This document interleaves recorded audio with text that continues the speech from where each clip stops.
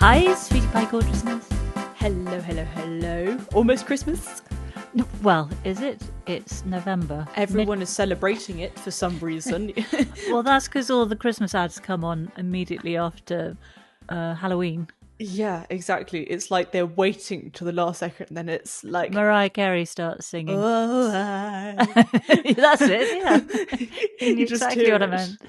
Yeah. I think also you think it's almost Christmas because you're just wishing away the weeks, aren't you? Oh, I am wishing these weeks away so quickly. I'm also really looking forward to my advent calendar. Right. So we probably need to talk about that because Of course we do. we Because need also to decide the selection. Exactly. So what we are doing this year, I'm doing Lindor, so the balls, Lindor. Yes. advent calendar for Sweet Pea, and you can choose from a plethora of chocolates. You can. There are so many different ones. You've got all the standard ones, but there's also popcorn flavour, there's a shortbread flavour, Pistachio. matcha, pistachio. Yeah. What else? Hazelnut. Tiramisu. Blood orange. Yeah. Champagne. Yes. Did we say coconut already? Coconut. Irish whiskey. Anyway. Yeah, they have loads of really amazing ones. So I need to talk to you about that because it turns out that I was thinking I'd do one of each. And then it turns out that they only let you order a minimum of 4 of each flavour.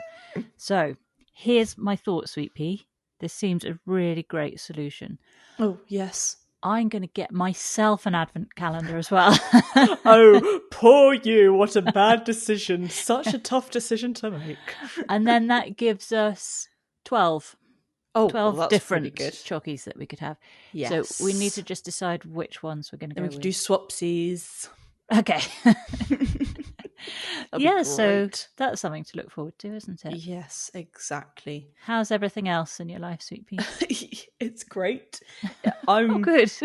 It's all right. We're getting towards Christmas. I'm just waiting for the jingle bells. I need to just set the scene for our listener because what I'm currently looking at is my daughter. She has big, as she calls, poofy lips, and she has smothered them in a very, very pretty lipstick.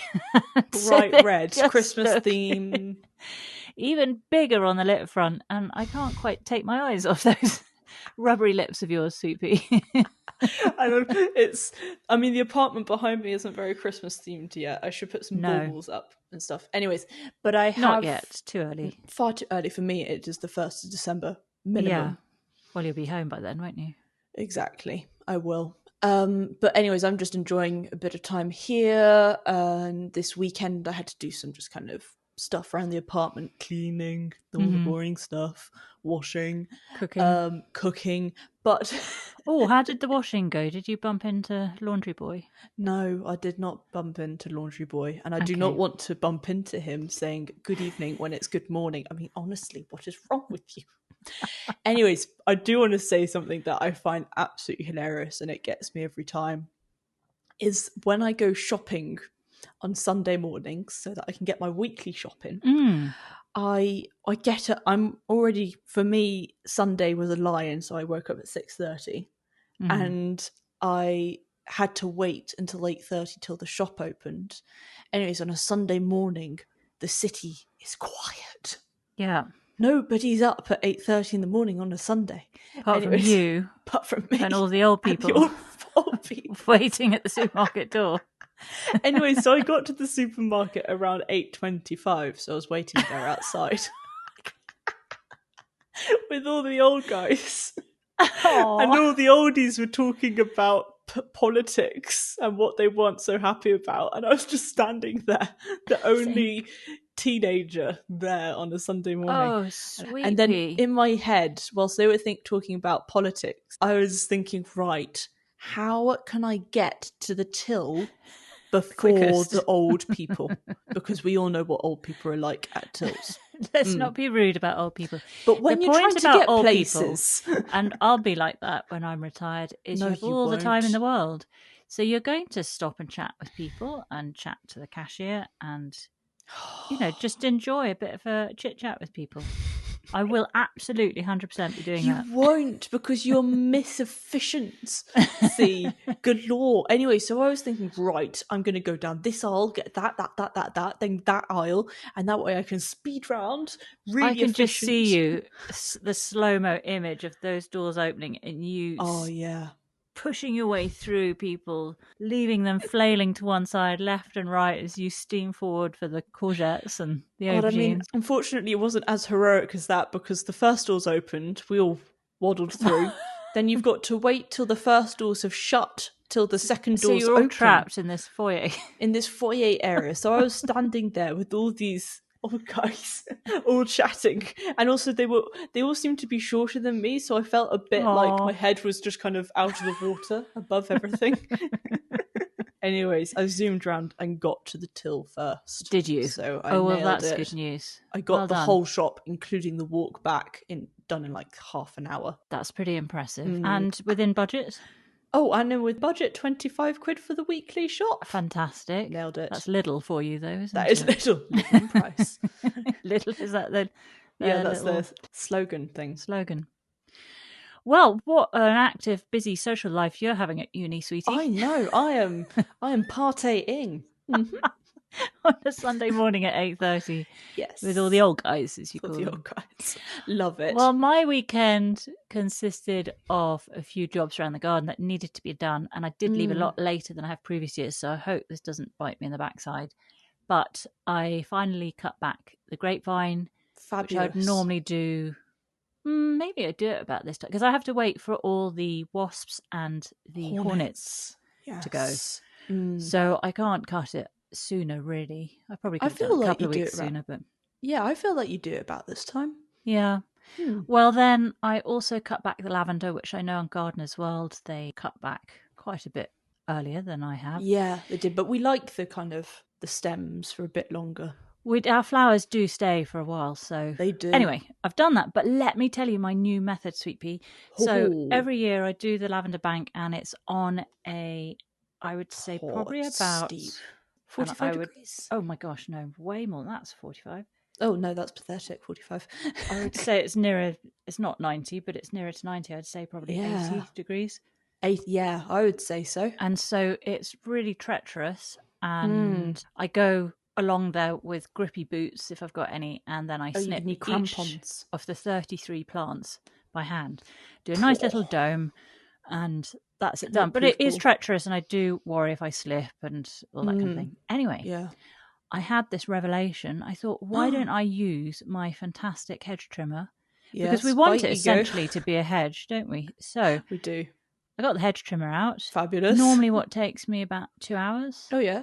10, 15 minutes. I'm not exaggerating at all.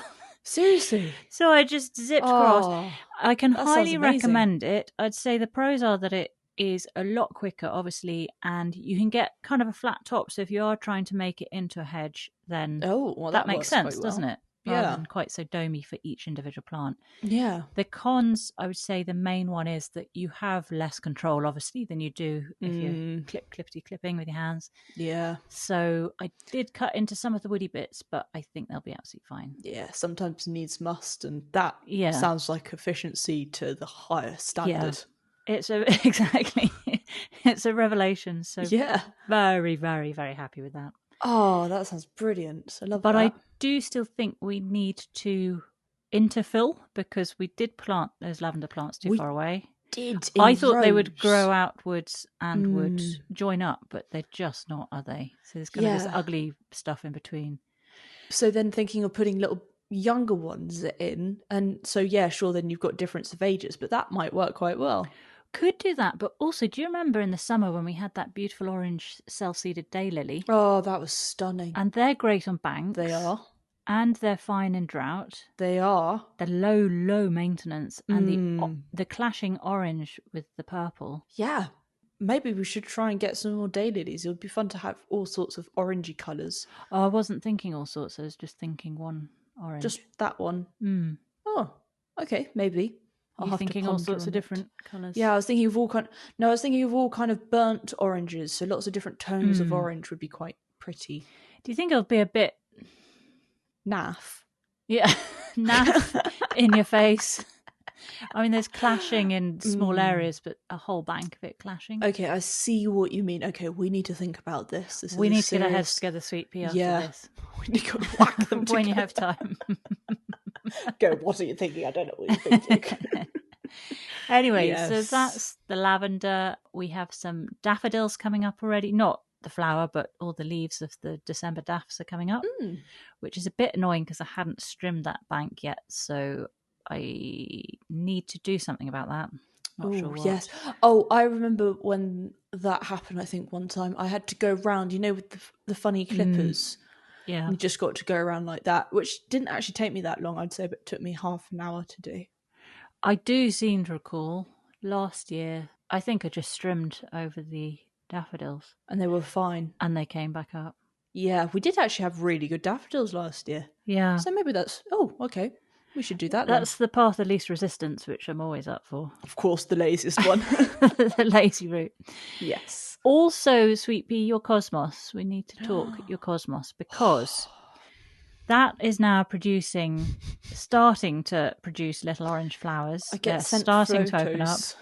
Every second it slightly opens a bit more. It's inching along. Oh, the issue is on Wednesday we're due some frost. So do you think I could get away with wrapping it in fleece that night? I think we should try. Because I really want you to see it. I want it to last when you're back. It's only got to make another week and a half, isn't it? And then you'll That one flower that's opening, by the way, when it fully opens, could you cut it? Oh. Press it. Oh. Dry it. So that sounds I can like at least a lot of work. Right. No, it's not. My flower press should be in the cupboard in my bedroom. Yeah. So I can do that. That would be really nice if I could just have the flower, because I thought I'd do some resin this Christmas, some pretty resin for jewellery. That could be nice. And coasters. Yeah. Great idea. Well, so I've got the cosmos to deal with, and then obviously I'll bring in the citrus. I'll put those into your greenhouse before the frost comes. Yeah, absolutely. Just one other point before we move on to housekeeping. I just wanted you to know, because we always talk about plant hunting. Yes, we do. We love it. Well, I read this week that plant hunting's not plant hunting anymore. No. So according to the RHS, it should be called plant collecting. And this is... plant hunting was far cooler, come on. Yeah. But there are various sort of quite dated reasons why I do get that. It shouldn't be plant hunting anymore. So it's a more sort of politically correct way to describe it. But I did wonder, if you're just looking for plants but not collecting them, is that still plant collecting? No, that is plant looking. Oh, plant looking, got it. But anyway, I thought it was interesting about plant hunting. I think that is interesting. I thought the name plant hunting was quite a cool name. There was something quite kind of like Blade Runner about it. Blade Runner. You know what I mean? Sorry, not Blade Runner. Tomb Raider. Tomb Raider, okay. Tomb Raider. I was thinking of Tomb Raider. I thought, it's really cool. Something to do with plants. It's like really cool. Yeah, it just always made me laugh. Yeah, it did. Anyway, housekeeping. Yes. We talked last week about AI videos, and I said how a friend keeps sending me videos on Instagram. She sent you more. Well, no, actually, we've fallen victim of it too. By we, I mean I have. I put a video, I shared a story on Instagram. I just thought it was really lovely. And then kindly one of our followers, Kerry, let me know that the error of my ways, that was in fact an AI video. Oh, and no. With hindsight, now I look back on it, it was basically a zookeeper approaching a load of possums and showing how possums, one of their defense mechanisms is to play dead. So this zookeeper approached the possums and they... Blah. Yeah, and then she sort of made a loud noise, made them jump, and they all just keeled over. Oh my God. And with hindsight now, I realise that could easily have been AI, but I wasn't thinking at the time. So deleted that quickly. So thank you, Kerry, for letting me know. Kerry. But what she explained is you can go click on 3 dots at the bottom right of that particular video. You have to go into the video. Okay. And you click on the 3 dots at the bottom, and often it'll tell you that it's AI or potentially AI, but not always, because I had to catch up with the friend who was sending me all these AI videos the other night, and we went through together on our phones, and it's not all of them, but it's certainly a start. And there is some good news actually around AI. especially for me, who already has major trust issues. And I'm really looking at all these videos now going, well, I don't know. It looks really cool, but that could be fake. And you did the test on me the other day, and I think I got 2 right out of 5. Yeah. So I had no idea. Well, there used to be this platform called Vine, which was a short form video platform. I think I was never really into it at the time, and it was it was from 2013 to 2017 when it existed. Okay. But I think it was you had 6 seconds of video per video, but don't quote me on that, but it was something like that. Yeah. So it was very short form. Yeah. And then TikTok came along and Snapchat and all those other sorts of things. The same kind of things. So anyway, that came to an end. It folded. But what I was reading this week is that the former CEO of Twitter, so pre-Elon Musk, he's reviving Vine, and he's calling it D-Vine, which is a cool name. And there are 2 things about this. So first of all previous videos that were on there have been archived. So all the ones from 2013 to 2017, they're all still existing. So you're going to be able to have access to those again. So a real sort of nostalgic walk down memory lane for some people. Yeah. But the other thing is that they will have all this software in place to ban any AI content. Oh, fab. That would be amazing. So what you see on there is true stuff. As real as it can be without AI being used. Oh, that would be absolutely brilliant then. Good news, isn't it? Yeah, it's great. I'll put a link to that on our website, actually, so you can read the article in full. His name's Jack Dorsey. Jack Dorsey. Gotcha. Now, also from last week, I said I hadn't heard from Alla Olkhovska. Yes. For weeks and weeks and weeks. Yes. A lot longer than ever before, and I was getting quite worried. Yeah. Well, I have an update. There's this lovely woman called Mia Broder who set up a GoFundMe page for Alla and her family. And she's been following Alla's story for the last few years since this horrific war broke out. And she's been getting updates, I think, from Alla's Patreon page. So she's been posting the updates. Okay. So I can give you some updates, Sweet Pea. Great. We spoke to her in October, I think it was. Yes, maybe it was. Early October. And then in early November, Alla gave quite a lengthy update about the situation she and her family are currently in. So a lot of them have been ill, which isn't nice at the best of times. No. So Alla's concern is obviously the kind of the brutality of winter setting in. Which is awful for... you can't even imagine it, can you? But she's broken their immediate needs down to 3 categories. So electricity, so it's getting more and more scarce, then heating and drinking water. So remember she talked with us about how she had this generator and that's what she was going to be relying on. Well, apparently that's a 3 kilowatt petrol generator that just isn't powerful enough to run for sustained periods that they now are needing to use it for. Yeah. So they're looking at a 5 kilowatt diesel generator, but that of course costs money. So she's got the cost of that to deal with, looking at around. She's done it in dollars because Mia is in the US. So all the costs are in dollars, $2,000 US. Oh, crikey. And since that update, her 3 kilowatt generator has broken down several times. So that's needing to be sent off for repair. Yeah, exactly. And then on top of that, which is something she didn't mention and you don't think about, but of course it's a no-brainer, they need a voltage stabilizer. Because of the instability of the power at the moment, any power surges could wipe out all their appliances. At best, wipe out all their appliances. At worst, house fire and stuff. Because I've been without an oven now for a couple of months because lightning caused a surge. And exactly. My oven is no more. So if they've got that threat for all their appliances, it's pretty frightening. Yeah, absolutely. So a voltage stabilizer is $1,000 to $1,300 US. Then the next concern is heating.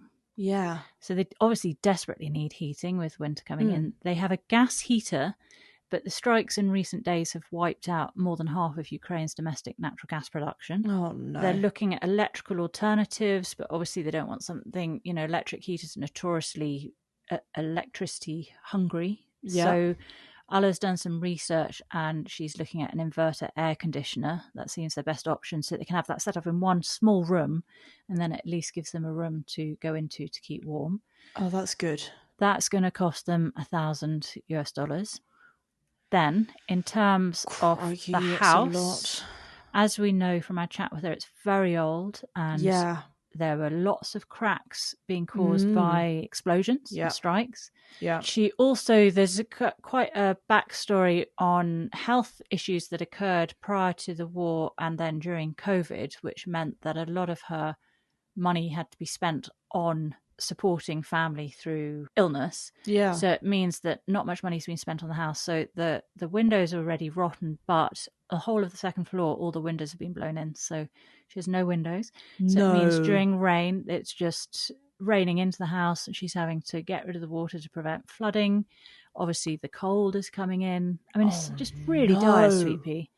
So 9 windows to replace. Worse than I thought. Each one's around $500. So you're looking at $4,500 there. Gosh. Then the final essential that she's talked about, she describes what they have available to them as technical water. So that's not drinking water. So water to use for washing but not for drinking. So that's being provided by the city, but it's now running yellow and isn't even good enough for washing in, she says. Oh, no. She and her family are lucky enough to have a well, but it's difficult to extract from. And because her family members are all ill, Alla is the one who's having to go out and fetch the water. Gosh. And the problem is that this water is technical too, though better than the water provided by the city. So they are being forced to drink that.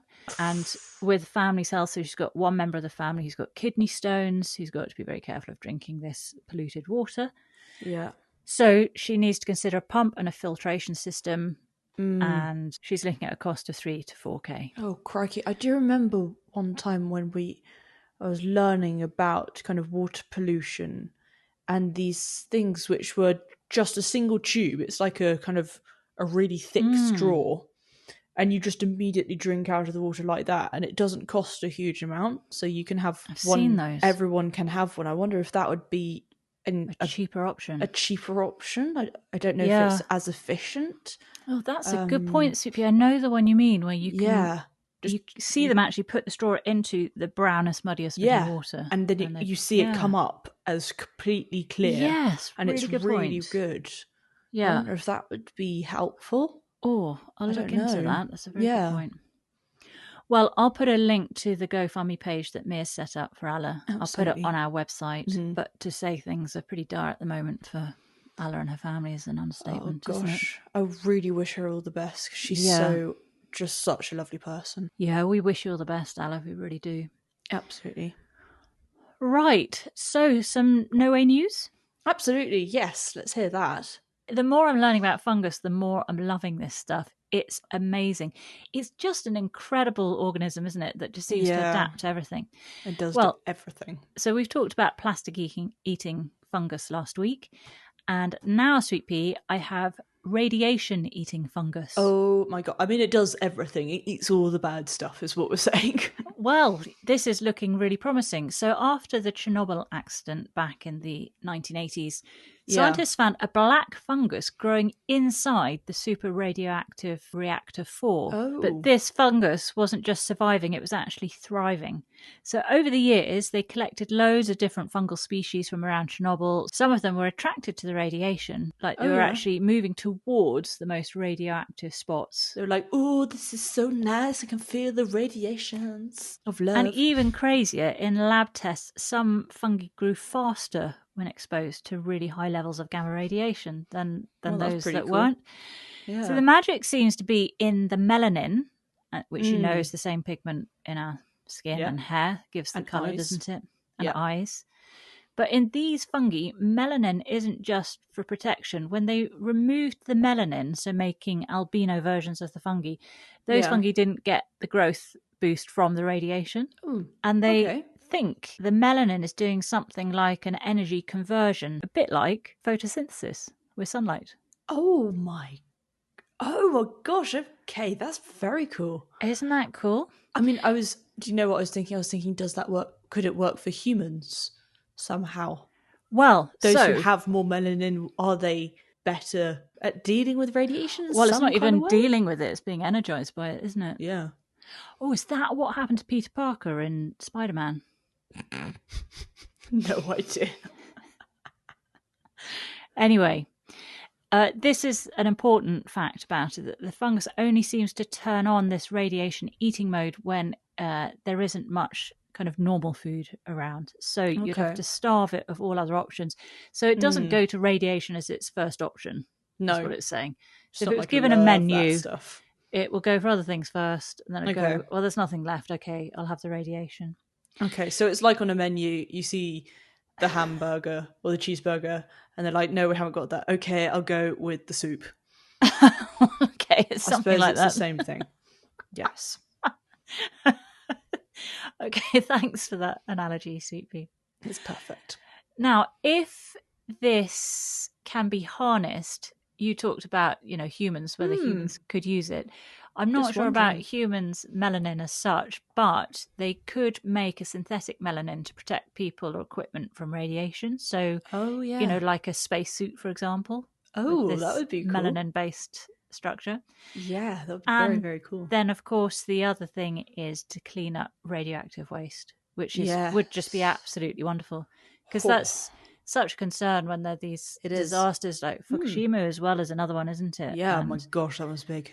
Gosh, I remember reading how there was so much difficulty in containing all of that they were putting them in great big tubs, all the sort of radioactive water, and there was a lot of groundwater as well that they had to try and collect, and all how do you do issues. that? Yeah, exactly, and then leaks in these great big tubs and stuff. So if you could just send in the fungus, let it do its cleanup act. So very interesting. Anyway, I'll put the link on our website so you can read it all in full, but really, really fascinating. That. Now, Sweetpea, I have just looked at the time, and although I've got some more No Way news, do you mind if I save it for next week? Oh my gosh, no worries whatsoever, because we have chatted a lot already. We have, and I think it was important to talk about Alla, so I wanted to make space for that. But I will hold off my other two No Way news stories, which are both good news stories. Oh gosh. Put a smile on your face, and we'll save those for next week. Brilliant. Do you have a plant fun fact? Oh my gosh, of course I do have a plant fun fact. Of course you do. Oh my gosh. And mine's not too dissimilar to your fun fact in a kind of way, actually. Thinking about it, this is quite cool. We do this sometimes where we somehow our brains just work together. Other times where they do not work together completely whatsoever. Do not work together, yeah. And sometimes I'm like, am I really your child? I can clear that up for you. Yes, you are. You are. Just look at us and you'll see. Well, yeah, exactly. Anyways, this is about lichens and cyanobacteria, so blue-green algae. I love lichens. Love lichens. So you see them on the trees, and you know specifically that the air around you is really pure because they love it. So you're thinking, they can grow in just really good areas. Yeah. Well, apparently scientists in Germany have identified these two plants as the two plants which could survive on the red planet, on Mars. Oh, right. Oh, what? Lichen and blue-green algae? Lichen and blue-green algae could survive on Mars. And they put it to the test. They put lots of plants to the test. And these two didn't just survive, but they actually reproduced and just went everywhere. They went for it. They carried on doing photosynthesis. Yeah. But they were in the harshest conditions. So with searing solar radiation, huge fluctuating temperatures, extreme dryness, and low air pressure. And as I said, they didn't just survive, they were just chilling and having fun, and isn't that interesting? So well. Especially given back here on planet Earth, lichen is found in, like you said, in the really great places. Exactly. Where you've got good air. And it's likened to, pardon the pun, being in just... Quite pleased with that. Sometimes you're surprisingly quick, and it takes me a while to realise. They're likened to great areas. Well, yes, but so is that suggesting that you want all those unfavourable conditions around you since they love Mars?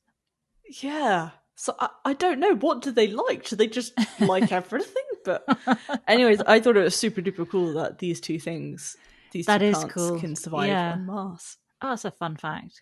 I love it. What is your animal fun fact? All right. Well, I'll keep this one short. I'll save the longer one for next week. You had two. I did. Just a quick short one. Another parrot story. I love this parrots. time it's a blue macaw. It was stuck on a roof of a house in the UK for a few days. Oh no. And when a firefighter climbed up to rescue the parrot, the bird promptly told him to F off.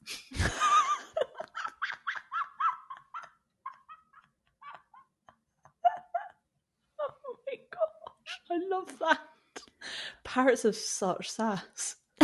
Such sass. Now, Sweet Pea, we must give ourselves time to look at this episode of Gardener's World. We absolutely must. So let's get stuck in. This is Gardener's World 2025, episode 31, recap. Off we go.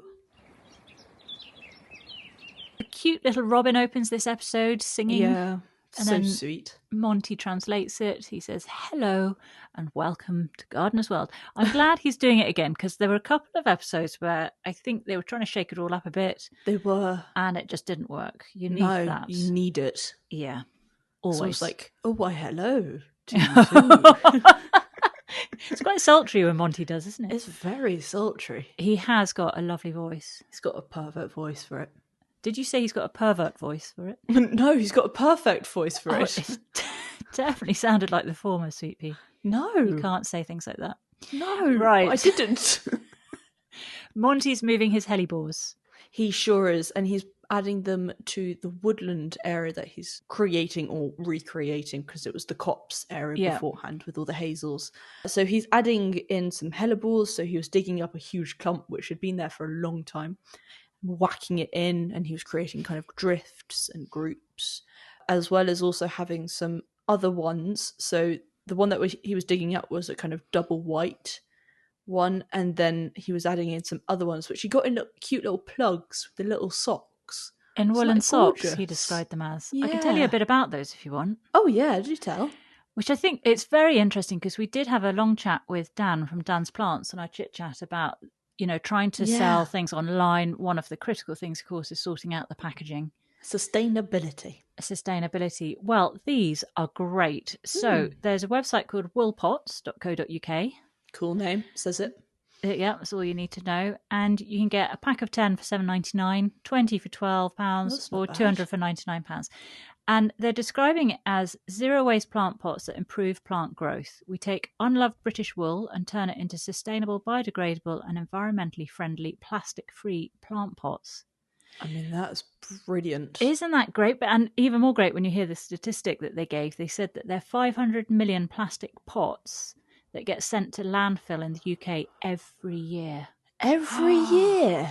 And what's more is apparently, and I didn't know this, farmers are struggling with an excess of wool. Oh. So many have resorted to burning it, but wool pots were created to help with both of those key issues. So that's brilliant. Reduce the plastic and help the farmers.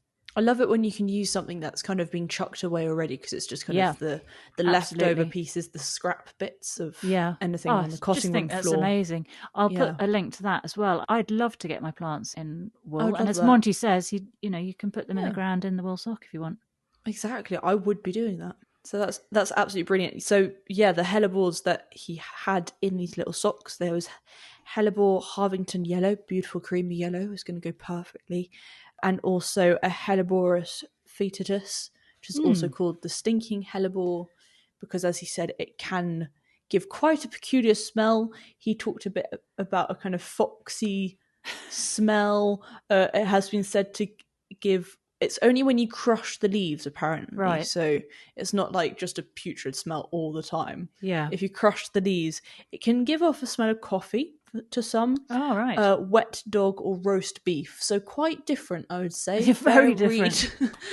Monty did say he liked the smell, but I thought it's interesting. I didn't know foetidus means stinking in Latin. No, I didn't either. Then we go with Ashley Edwards to RHS Hyde Hall in Chelmsford, Essex. He went to visit them at the end of the summer this year. Yes. And it's one of the driest parts of the country. It is, they need these drought-tolerant plants. Do you remember when we first started kind of recapping to ourselves, really, the garden as well. So we started in the beginning of 2023, and it wasn't until 2024 that we thought we'd put them out there. Yes. But in 2023, do you remember Adam Frost going to Hyde Hall and looking at this drought garden? I'm pretty sure he sat by the same rock that Ashley sat by and said... I did think it looked familiar, the positioning of everything. Yeah. But that time, when Adam was there, they had... So it was back in 2023, and Adam was saying that the weather had taken everyone by surprise the previous year. So it was very dry, then it was 40-degree heat, then a wet August, and then -7 in December, and cold for quite a sustained period.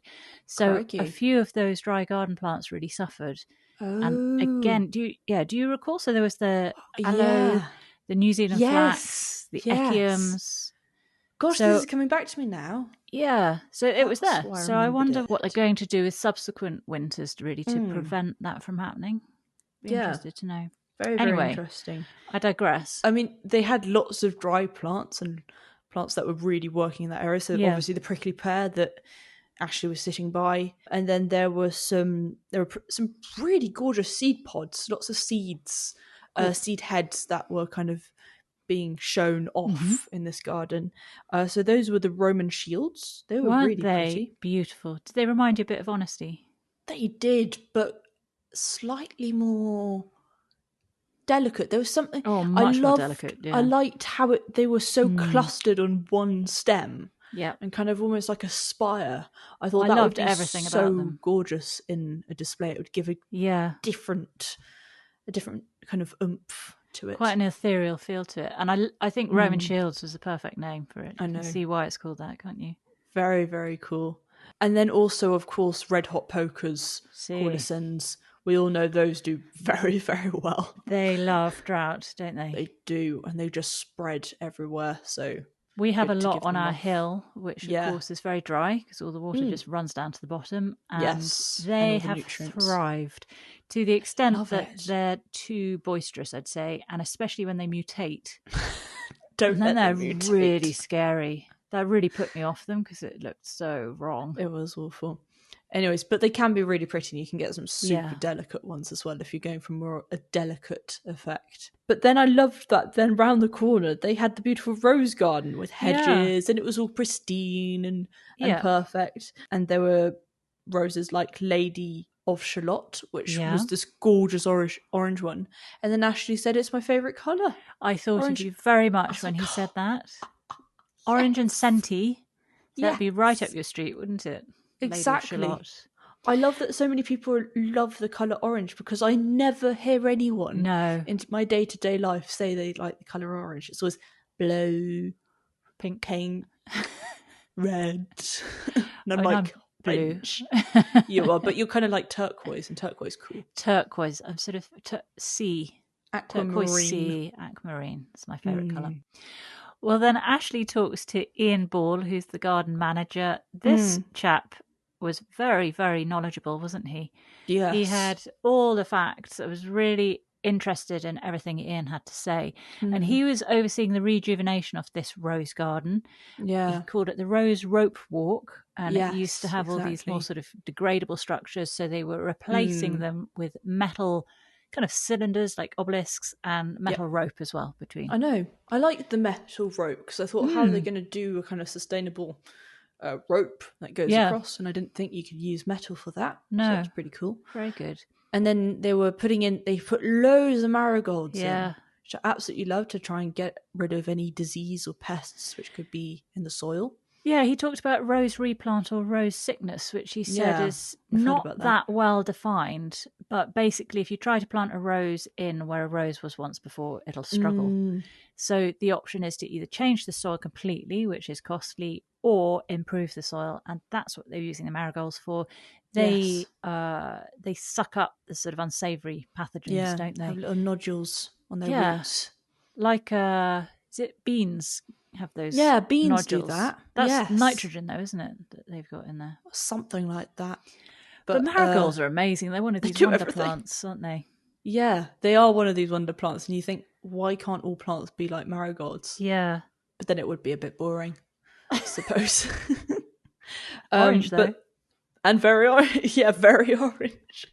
But it was gorgeous, and as he said, it just gave, even though it was purely for what they were doing to the soil, they also give such beauty in the summer, that just swathe of orange down the walk. But some of the roses that he was thinking of putting in were the Malvern Hills roses and Cecile Brunner. Two that I haven't heard of, but both very pretty. Rambler's going to go up and, smother the obelisks. Beautiful. We have Monty with his trug in the veg garden. He's looking at the chard. And he said even if it bolts, it's still edible and tastes good. So he was just cutting them back. And he said 2 things when cutting chard: cut low and cut it all. Which we have done in the past, and it's grown back, and I've really liked that it does that. Yeah, our chard is doing really well. Yeah, it's a fabulous plant. Then also he went over to his beetroot area, which he had planted underneath the corn. And the corn had done really well. Then that had been taken out, and now the beetroot is kind of this Christmassy vegetable to have. And he had put in Burpee's Golden, which I don't think he's done before, but it's really pretty with the beautiful yellow rings. And someone's talked about it either on our chit chats or on Gardener's World. Is it something Rekka has? Someone we spoke to. I definitely recognise that name. Names. Who knows? But it's beautiful, and it looks like one that will really stain your t-shirt. Doesn't it? Is that a good thing or a bad thing? If you're doing tie-dye, great. If you're not great. Not great. Got it. Then he went over to his radicchio bed that was Rosso di Treviso. He said it's great on pizza, apparently. So obviously now I'm going to have pizza. Oh, I can imagine that's good on pizza. I like the idea of that. Maybe we experiment this Christmas. What I promise I'm going to do, I will buy an oven in time for Christmas.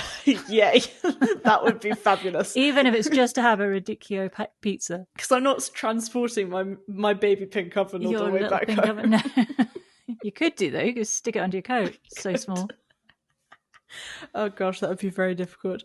But I thought, wouldn't it be nice with some honey and walnut on top? Oh. And feta cheese crumbled. Oh, yes, that sounds good. I was also wondering about some artichoke on there.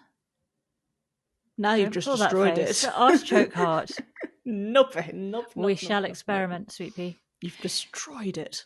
And then Monty looks at his helianthus in the jewel garden. That's looking incredible. Absolutely fabulous. And it's some bright colour before we go to an explosion of colour. Fireworks, thought of Katy Perry. Fireworks, thought of... Did you? This is Jānis, a planting designer in Woking. And he was born in Latvia, but he has his garden here, and he has been working very hard on lots and lots of colour, and also, importantly, succession of colour. Yes, which isn't as easy as it looks, because you've got to do a huge amount of research, which part of me thinks would be great fun to do. Part of me thinks, nope. No time for that. No time for that. Did you get some of the beautiful plants?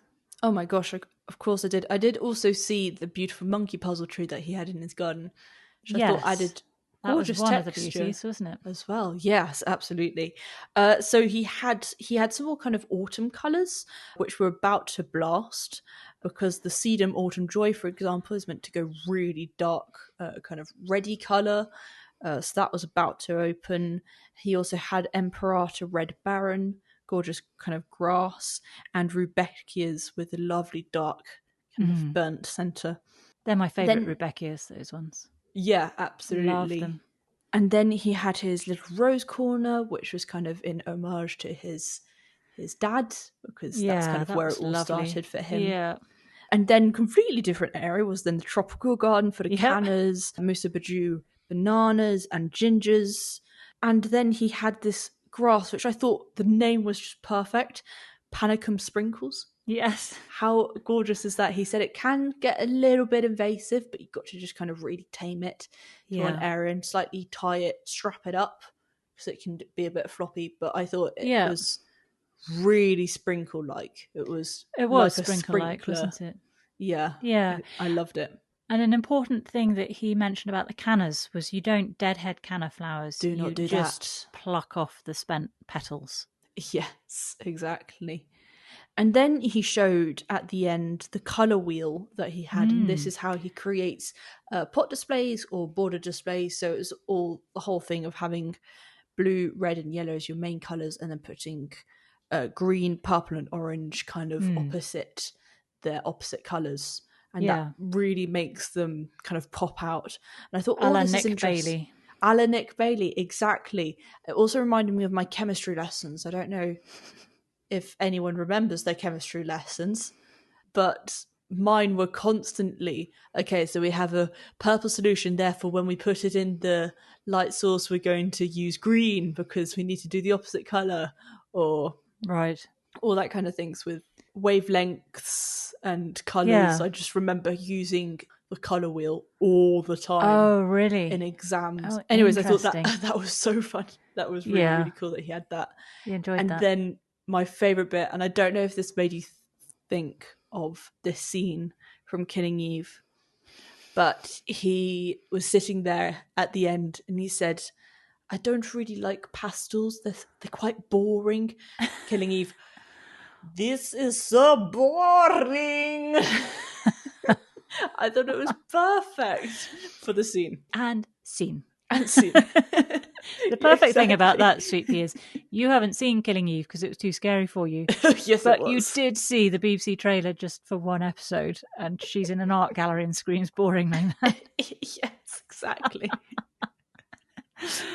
Well, Jānis Raubiška has his garden on the NGS. It's a 3rd acre plot. Okay. And it's quite interesting seeing how the garden was before he got to work on it. It was very much large lawn and then some sort of blobs of beds. But even more interesting than that, Sweet Pea, is there's an article on the NGS website, again I'll link it, where he goes into quite a bit of detail of how they installed a rainwater harvesting system. Because they were doing renovations to the house already. And he explained that also the planting that he has there is quite, it's not a drought tolerant garden. It's quite a lush looking garden. Yeah. So the system that Jānis installed comprised of our biggest tank is 1,000 litres. Yeah, the big one. This is a 7,500 litre tank that's buried in the ground. Really incredible. I mean, this is the sort of thing I dream of. Yeah, it does look very much like a septic tank. But this is the sort of thing I dream of. If you had the time and the resources and space to do it. Yeah, absolutely. I think we beats diamonds any day of the week. And it collects water from the house roof, our gutters and downpipes. It's then pumped out to not only feed taps around the garden, but also the toilets and the washing machine in the house. And brilliant. How I feel about drinking toilets. Water being used to flush loos. So I know. This system is fantastic. He does say that whilst there is a significant reduction in mains water consumption, and obviously reduced flood risk from torrential rain, this isn't a short-term money-saving project. So, basically he means you want to be there for quite a long while before you actually start to see some sort of profit, or to at least have broken even putting in a system like that. Okay, wow. I can now see that being in your dreams with Hugh Jackman. Wait, how did Hugh Jackman get into this? Because your dreams are always... And also I've gone off Hugh Jackman since he got divorced and has been hanging out with another woman. Oh, well that's bad. Okay, let's go with George Clooney. Let's carry on with George Clooney. George Clooney seems to be behaving himself. He's great. So we'll go with that. Got a super cool wife as well. Oh no, I'd tell you who else seems to be really cool to his wife. Pierce Brosnan. Oh, he is a legend. He's well behaved. Yes. So I'll take him instead. Yes, okay. With the septic tank.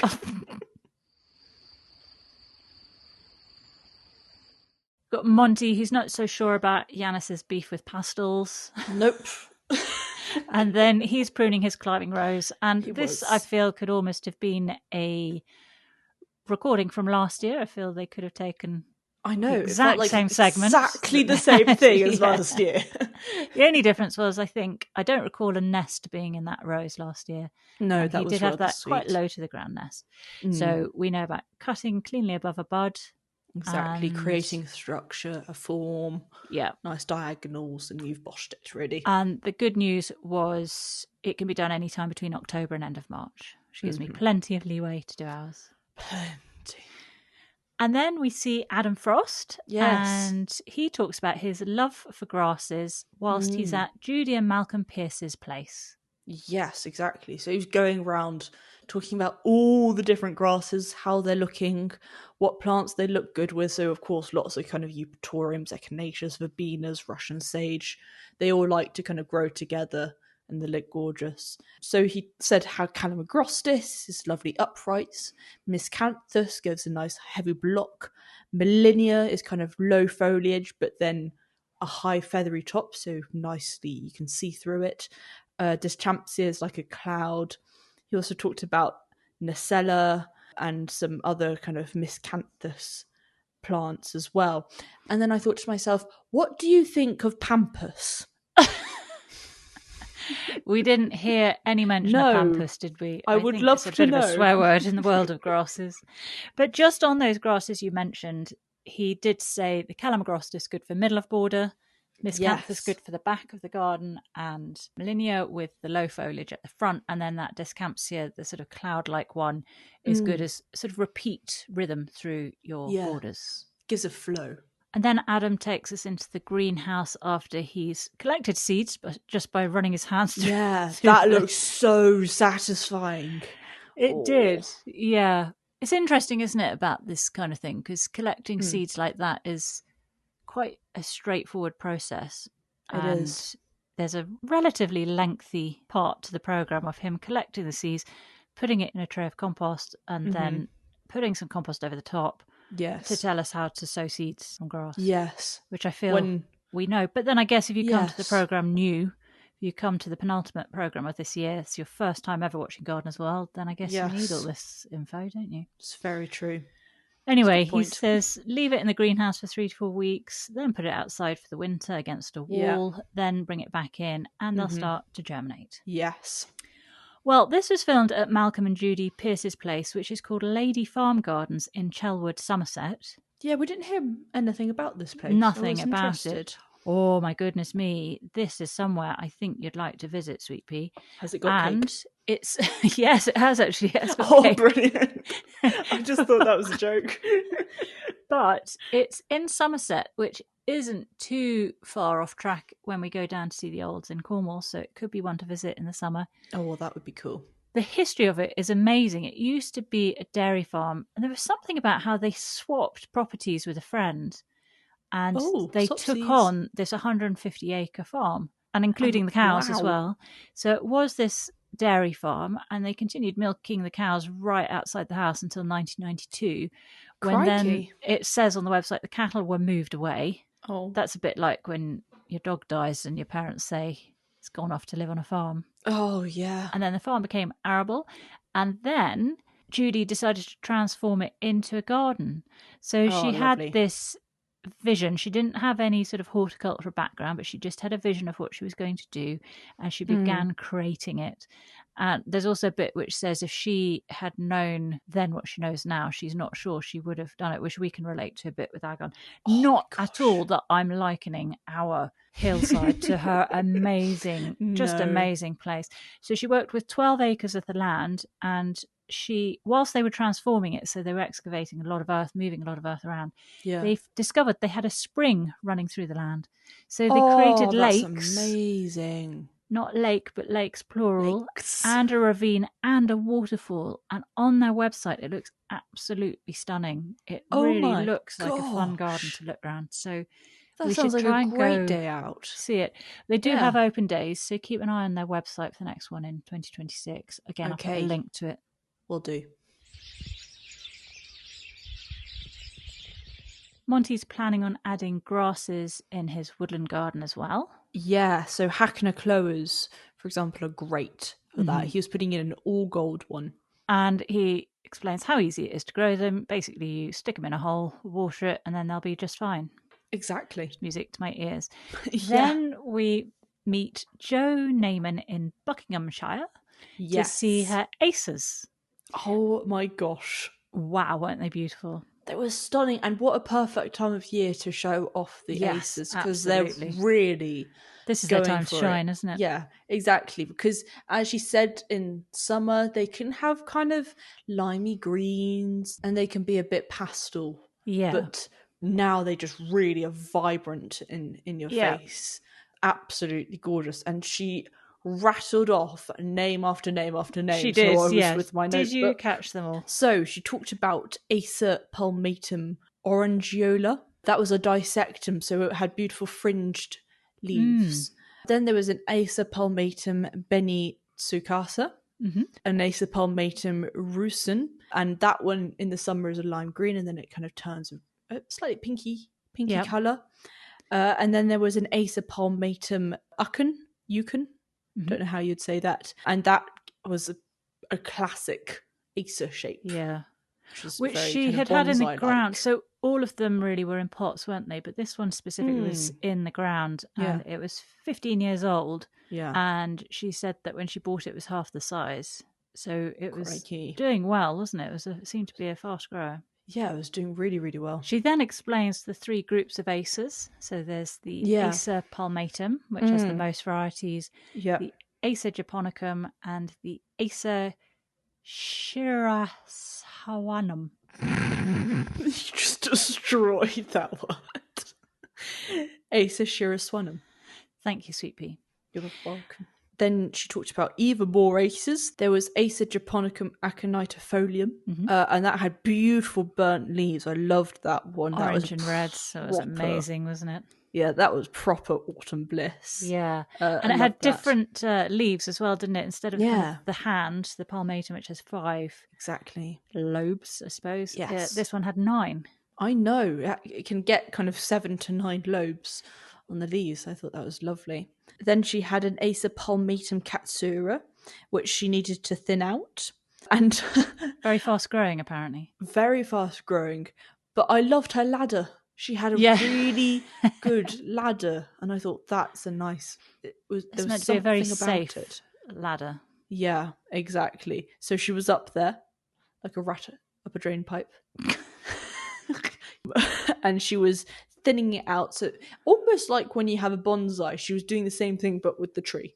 Yep, pretty much, because she said it's also really good for the tree, because if they kind of become a blob, as she called it, they can kind of, the inner parts can die, and that can cause all sorts of problems. So thinning it just allows airflow, and it's a far healthier tree. Yeah, and she did say it's a myth that acers like acid soil. Yeah. Which was music to my ears. I know. She said they like most, but not really chalky. No. And then she rounded everything off by saying, you can always find room for another acer. Absolutely. I think you can do with any plant. I think you can, with absolutely anything in the garden, really. Now, her garden style was very sort of Japanese inspired, as you'd expect when you've got beautiful acers like that. Of course. Jo's garden is also available on the NGS. Oh, fab. Through the NGS. And it's called Acer Corner at Wendover in Buckinghamshire. And on the NGS site, it's described as the enclosed front garden is Japanese in style. Back garden is divided into 3 areas. Patio area recently redesigned in the Japanese style. Densely planted areas with many acers and roses. Also a corner which includes a productive greenhouse and interesting planting. Oh, I wonder if she has one of those areas where it's really thin gravel / sand, and they create with a rake the circles. I wonder if she has an area with that. Maybe. I didn't see it anywhere, but could well do. And just a little bit of background on Jo. She originally studied electrical engineering and worked for 20 years in IT. Oh, crikey. And then after 20 years, she studied towards a degree in Far Eastern Studies. And that's what opened a new world of design concepts and new kind of hobbies, including Japanese embroidery and Japanese gardens. Oh, so lovely. She left IT in 2009, and in the summer of 2011, she graduated with a foundation degree in garden design. So she had a complete career change, really quite late on in her career. I think that's really cool. Yeah, so now she has her own garden design business. She designs, renovates, and maintains gardens, and that's all following Japanese principles. Wow, that's amazing. Love that.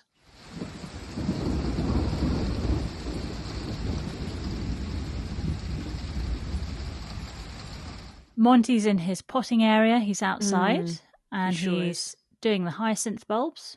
Yeah, the Delft blue. Mm-hmm. So fill the pot half full, put in your bulbs. Good drainage. Cram it in without them touching. Good drainage. Yes. Then he also just talks about the two types of hyacinths, doesn't he? There's some that are kind of grow super early.